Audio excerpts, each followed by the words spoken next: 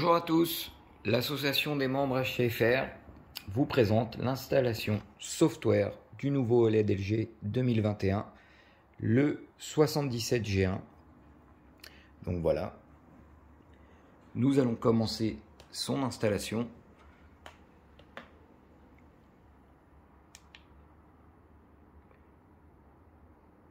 Alors, on va l'installer, je ne sais pas si vous voyez, par la télé et non pas par le smartphone. Alors, on va essayer de se mettre de façon à ce que vous arriviez à voir. Donc, nous sommes en français.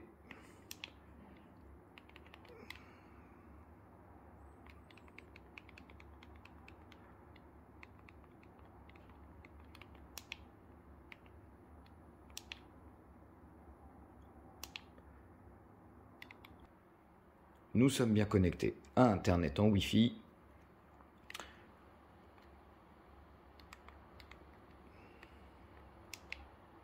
Hop, on accepte.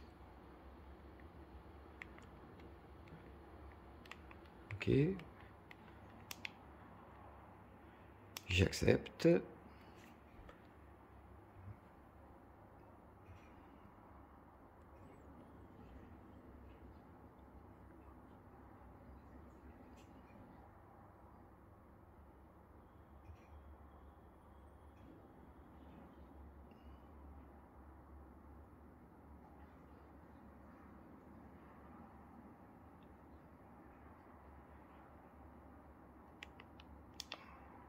Alors, j'ai pas de lecteur LG. On modifiera ça par la suite. Alors, HDMI 2, donc ce n'est pas un lecteur DVD, mais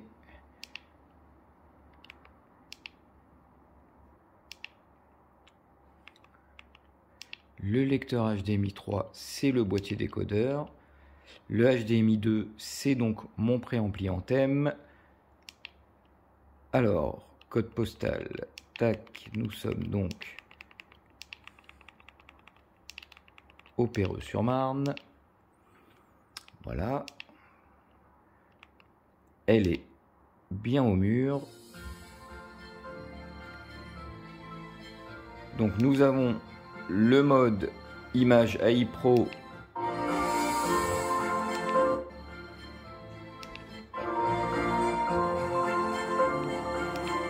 On modifiera ça par la suite. Alors je vais définir un mot de passe.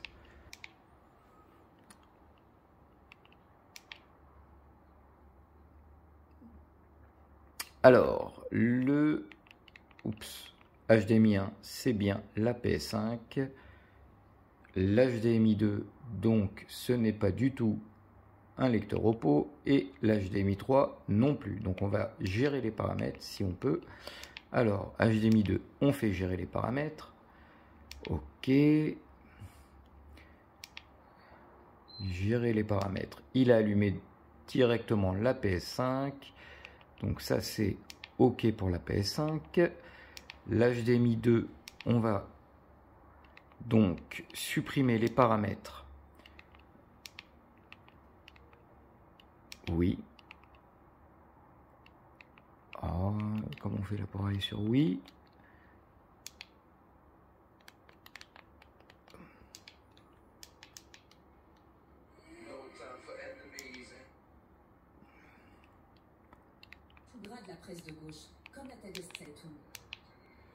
On va y arriver. Oui, on veut supprimer. Ok, donc HDMI 3, on va remettre gérer les paramètres. Donc on démarre le paramétrage. Donc ça, l'emplacement, il est juste. Le fournisseur de boîtier décodeur, c'est Orange.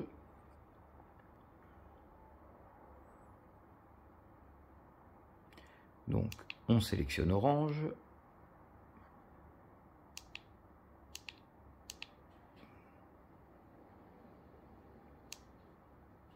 Test du fonctionnement. Donc là c'est pour jumeler la télécommande LG avec le décodeur orange.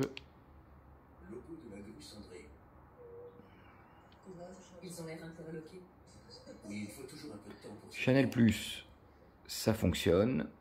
Elle a bien changé de chaîne. Donc on met oui. OK. Donc maintenant,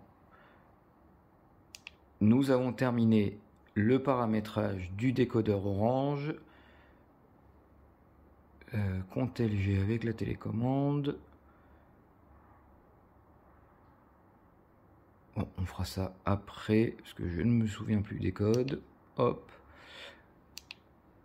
On va bien mettre Amazon Prime, qu'on fera après également.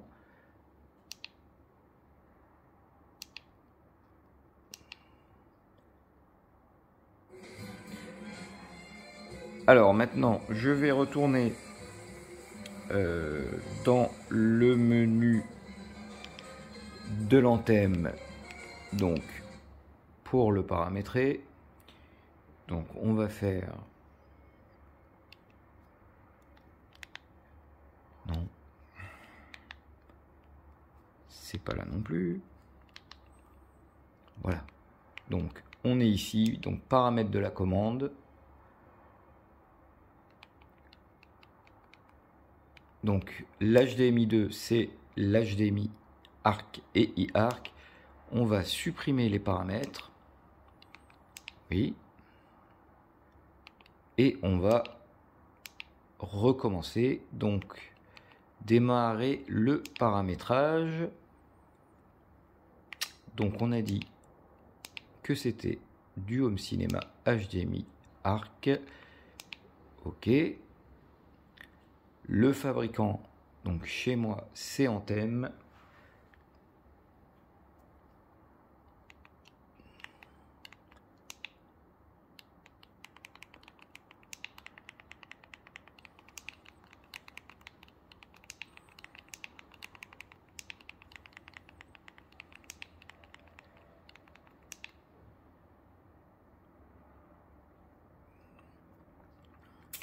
Donc ce n'est pas statement, c'est Anthem tout simplement. On va mettre suivant. Alors on va peut-être déjà allumer l'Anthem, ça va peut-être être plus simple. Non, c'est pas la bonne télécommande.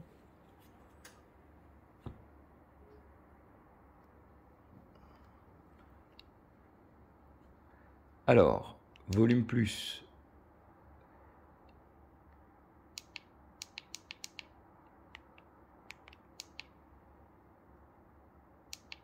Ça a bien fonctionné.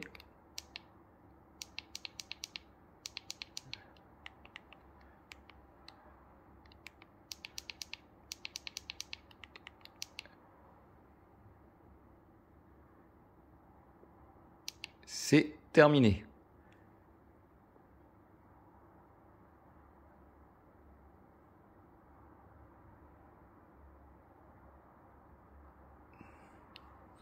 Donc on va voir en levant le son si on y est.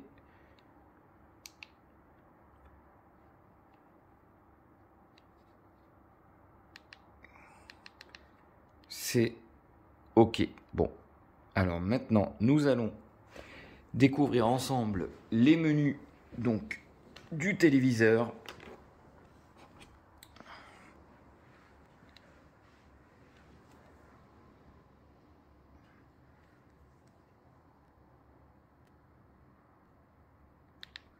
Alors le menu Home déjà avec WebOS 6. Donc voici sa présentation.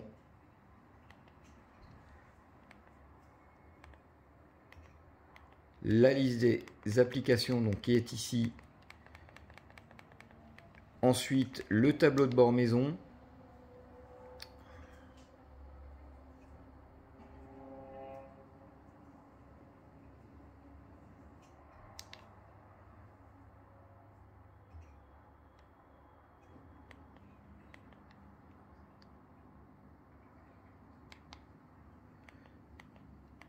Donc qui n'a pas trop changé par rapport à la QV 2020 qui était de mémoire bleus en fond d'écran et ils sont passés au vert. Ici, on peut connecter ces appareils domestiques. Donc, il a détecté mes lumières Philips Hue. Hop. On va quitter l'application. Donc, vous voyez ici donc la liste des applications qui sont déjà préinstallées, à savoir les chaînes LG Channels, Netflix évidemment, Rakuten TV, OCS, RMC Sport, Disney+, Prime Video, Apple TV, etc., etc., YouTube évidemment. La galerie d'art, donc qui peut être sympa. Je vais vous montrer un peu comment ça fonctionne. Et on va mettre des chefs-d'œuvre. Voilà. Vous avez donc les fameux tableaux LG. Alors, on va juste couper l'HDMI ARC.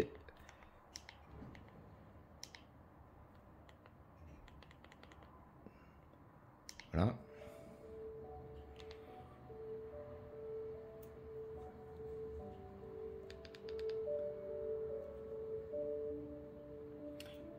Voici pour les galeries d'art LG.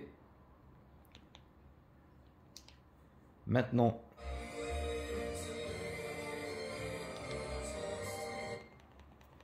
on va continuer à découvrir donc les recommandations de WebOS 6 sur l'Apple TV.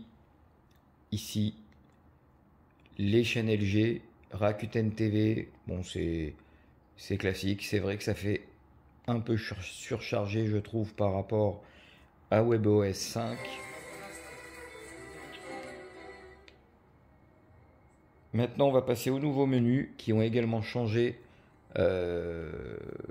chez LG. Donc, vous avez évidemment le mode éco à proscrire, les modes ISF, expert pièces sombres et expert pièces lumineuses, le fameux filmmaker mode, optimiseur de jeu, le mode sport évidemment, le mode cinéma, le mode éco, le mode standard et le mode vif qui est évidemment inutilisable.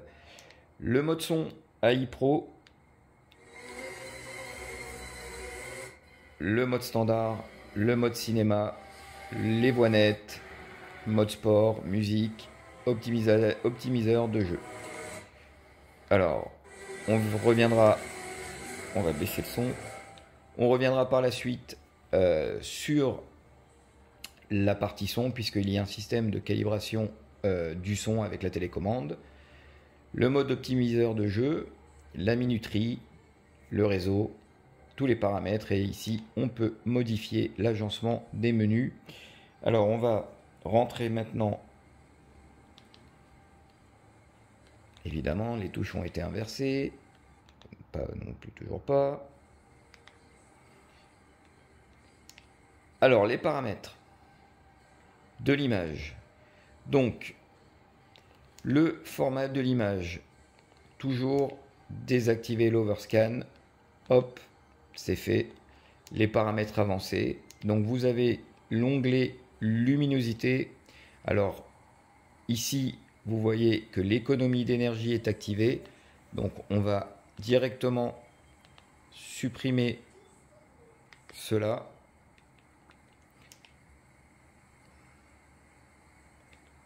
Alors, normalement, de mémoire, c'est dans Général. Système. Paramètres supplémentaires, non.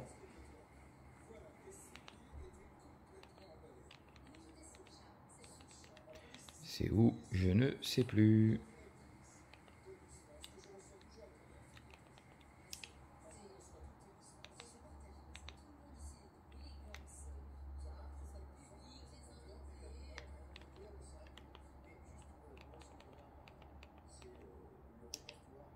Alors, économie d'énergie. Donc, on le désactive. Voilà. Et on va retourner dans les menus. Alors, en appuyant longuement, on y est. Donc paramètres avancés, vous avez la luminosité, donc l'intensité de la luminosité des pixels OLED. Voilà.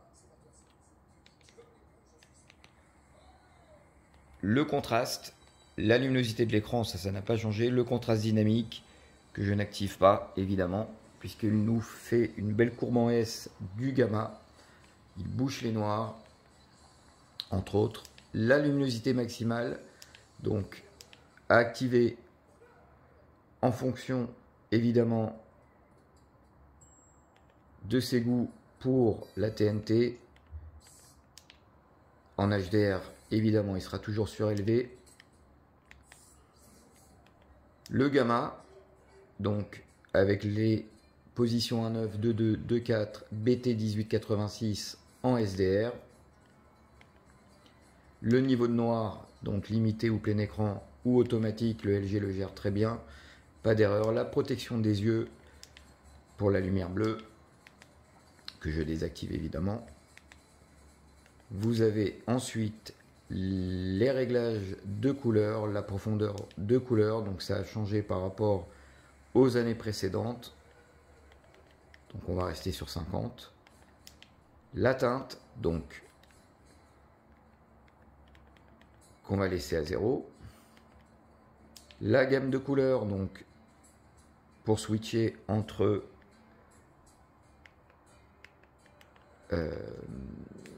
l'espace colorimétrique, entre Rec 709, DCI et BT 2020.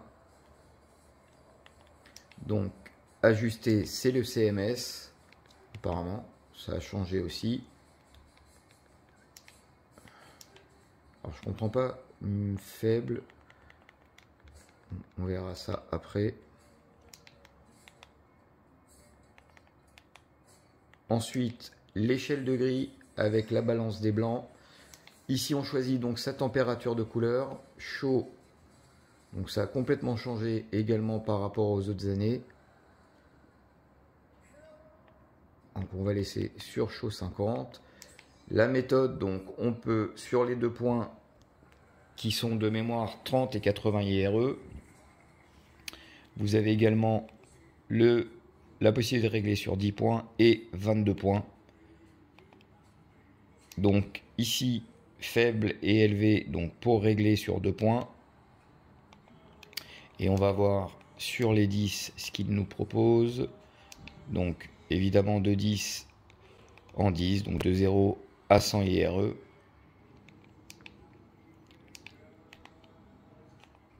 Le rouge, le vert, le bleu, évidemment. Ensuite, nous avons le menu clarté. Donc la clarté, la possibilité de régler la netteté comme précédemment. La résolution élevée que je désactive. Les réductions de bruit et de bruit MPEG. Le dégradé fluide qui visiblement cette année fonctionne correctement alors que ce n'était pas le cas sur la QV 2020 des LG OLED. Le True Motion, donc avec l'apparition du nouveau mouvement cinématographique qui apparemment marche très bien. Mouvement naturel qu'on avait également, mouvement fluide qu'on avait et le mode manuel avec la possibilité de régler en fonction de ses goûts. Ici, on peut démarrer automatiquement le mode Filmmaker Mode, comme vous le voyez. Et la lumière bleue, alors protection des yeux, je ne sais pas trop ce que c'est par rapport à la lumière bleue qui est là maintenant. Nous avons fait le tour du menu image. Nous allons maintenant aller dans le menu du son. Donc mode son pro, donc vous voyez les différents modes que l'on peut sélectionner au choix. La sortie du son, donc haut-parleur filaire, un haut-parleur sans fil à la norme VISA ou plusieurs haut-parleurs Alors, paramètres avancés, qu'est-ce qu'il nous propose? Le Dolby Atmos, donc profiter du contenu Dolby Atmos avec un effet sur onde immersif. Le haut-parleur du téléviseur et les périphériques audio prenant en charge la fonction de partage du mode son du téléviseur peuvent être uniquement utilisés pour écouter du son. La balance, le type d'installation murale ou sur ses pieds, le réglage automatique du volume, donc qui va linéariser le volume entre les différentes chaînes. Paramètres audio des TV, donc on le laisse sur auto. Synchroniser, donc ça c'est pour synchroniser l'image et le son si jamais ça ne l'est pas. Le mode audio, donc on met tout en bitstream ici.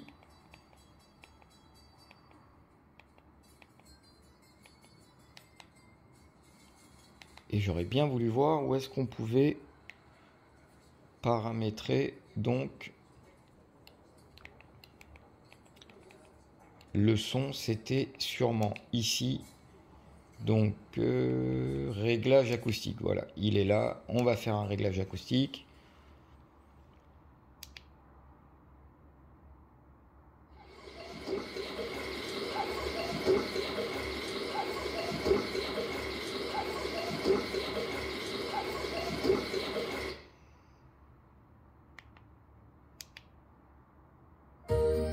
Alors après, avant,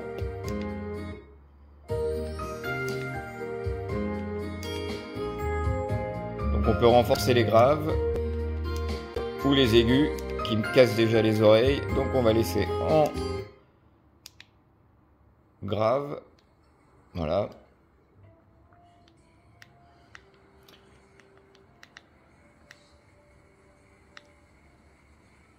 Alors, on va recommencer, donc on va retourner dans les menus général. Donc le fameux AI Pro qui s'améliore en fonction de ce qu'il apprend. La luminosité automatique que je désactive. La sélection automatique du genre, donc c'est lui qui va switcher entre les différents modes d'image pour l'adapter au contenu que l'on visionne. Donc moi je le désactive également. L'AI Sound Pro, donc grâce à la technologie d'apprentissage approfondi de LG, l'AI optimise le son et le virtualise en son 5.1.2 sur onde en fonction du genre du contenu visionné. Elle sépare la voix du fond clair pour produire un son clair, que je trouve trop clair personnellement. Le haut-parleur du téléviseur et les périphériques audio prenant en charge la fonction de partage du mode son du téléviseur peuvent être uniquement utilisés pour écouter du son. Merci. Donc le réglage acoustique AI, on peut donc ou renforcer le grave ou les aigus ou laisser en standard ou le désactiver. La reconnaissance vocale. Donc, vous voyez tout ce qu'on peut dire à la télé. Donc, je n'ai pas encore associé Google ou Alexa pour pouvoir le piloter à la voix.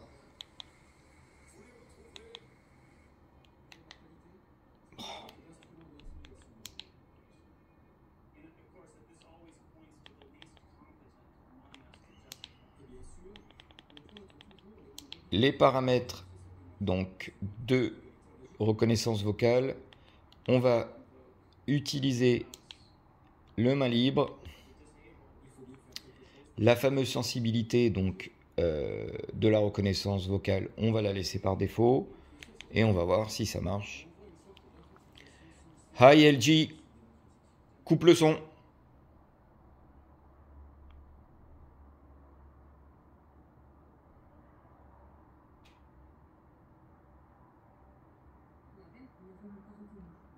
Ah oui, peut-être là. Hi LG, coupe le son. Voilà. Hi LG, mets la une.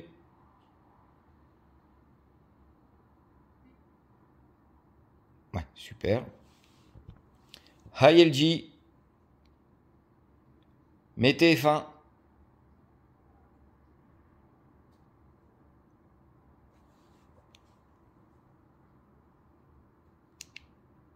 TF1.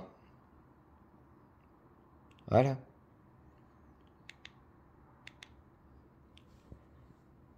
High LG. HDMI 2.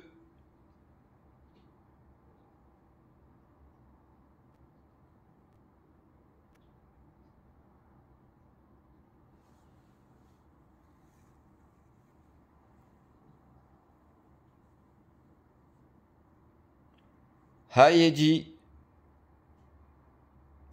HDMI 3.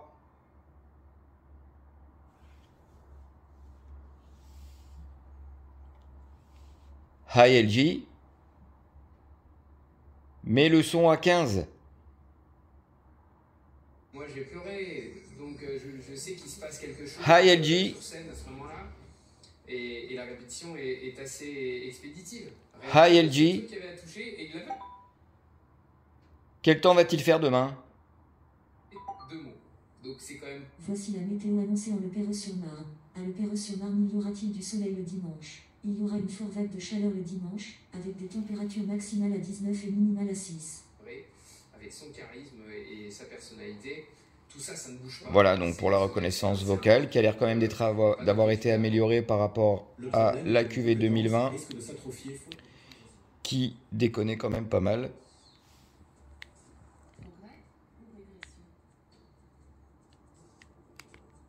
Ensuite, donc, nous avons le nouveau mode optimiseur de jeu. Donc, on va basculer sur la PS5. High LG. Mets la PS5. Ouais, à 25. Corriger leur trajectoire et résoudre le problème suivant. High LG. High LG. HDMI 1. Je vais basculer sur l'écran HDMI 1. Merci. Donc il a allumé directement la PS5. Ah oui. Pardon. Alors on va basculer manuellement parce que ça commence à me gaver. Hop. La PS5. Voilà. Une nouvelle version. Ok, ben on le fera dans 24 heures.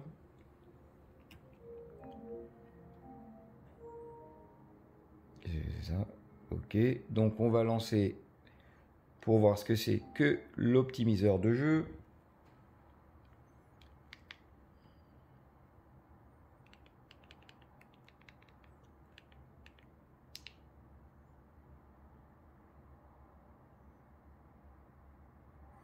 Alors, l'optimiseur de jeu, donc, bon, et ben, ok, G-Sync activé,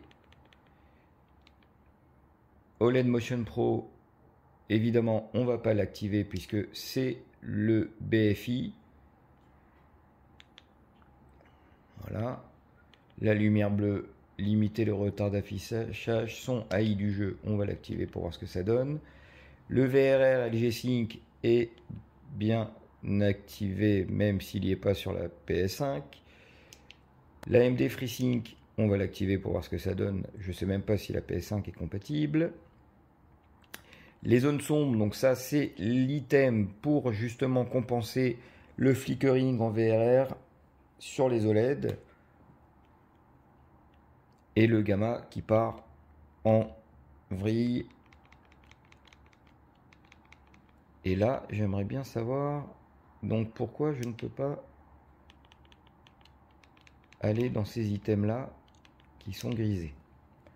Alors on va activer pour voir, peut-être que ça va se déverrouiller une fois qu'un jeu va démarrer.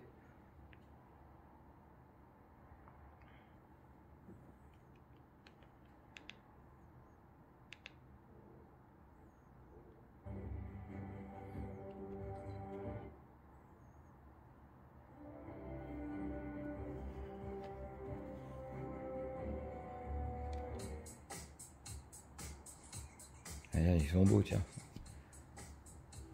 Pikachu qui joue.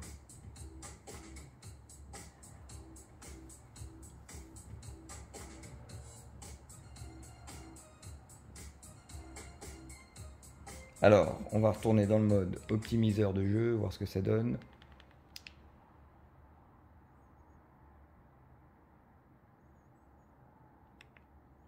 Bon, toujours rien.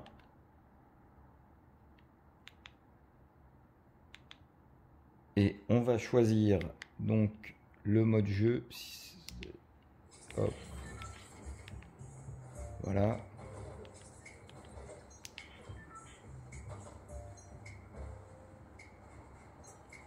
Ah voilà, maintenant qu'on a sélectionné optimiseur de jeu, genre du jeu, alors du FPS, balance des noirs donc est réglée automatiquement, la balance des blancs est réglée automatiquement, limiter le retard d'affichage, voilà.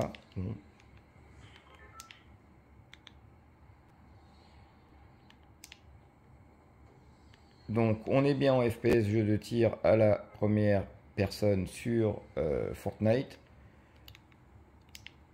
Les genres de jeux, donc mode standard, RPG ou stratégie en temps réel RTS. Ça m'a l'air quand même pas trop mal fait. Alors en n'étant pas gamer.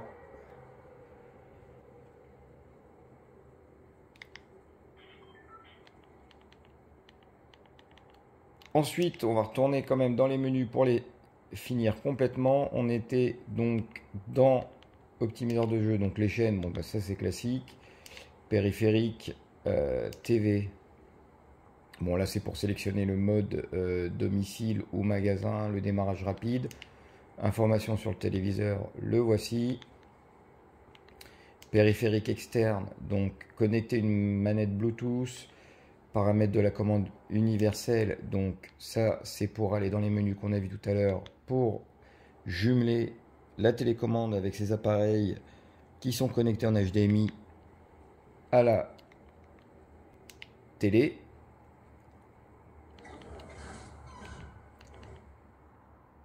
Pikachu va atterrir. Périphérique, on a vu. Paramètres HDMI, donc l'HDMI Deep Color qui sont désactivés maintenant, activés pardon, par défaut. L'HDMI sec, donc il est ici. Paramètres réseau, bon bah ça c'est classique.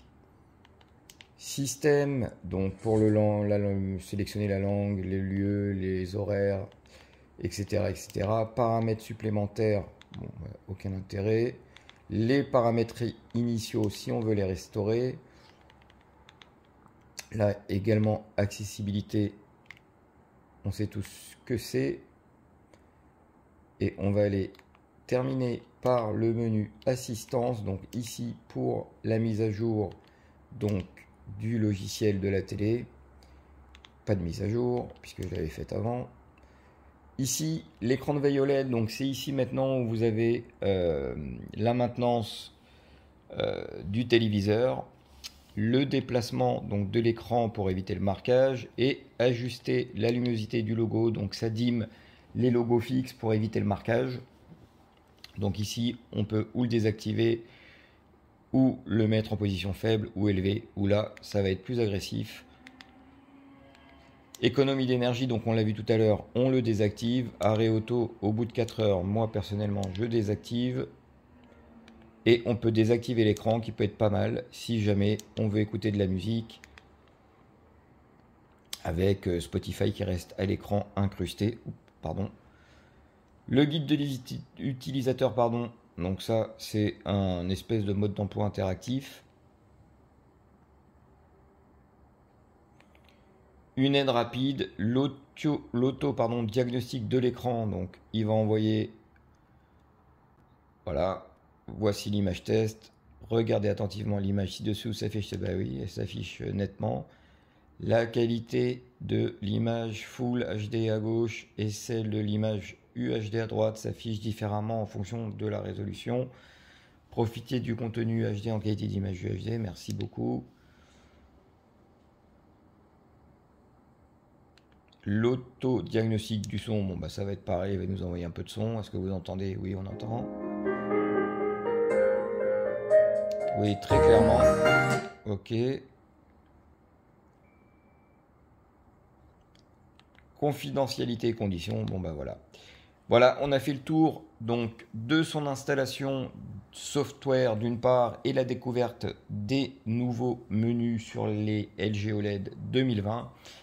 Et nous reviendrons par la suite pour vous présenter une autocale via Calman sur les nouveaux LG OLED 2021. Merci à tous, à bientôt. Stranger to excuses, burned me once or twice. I expect that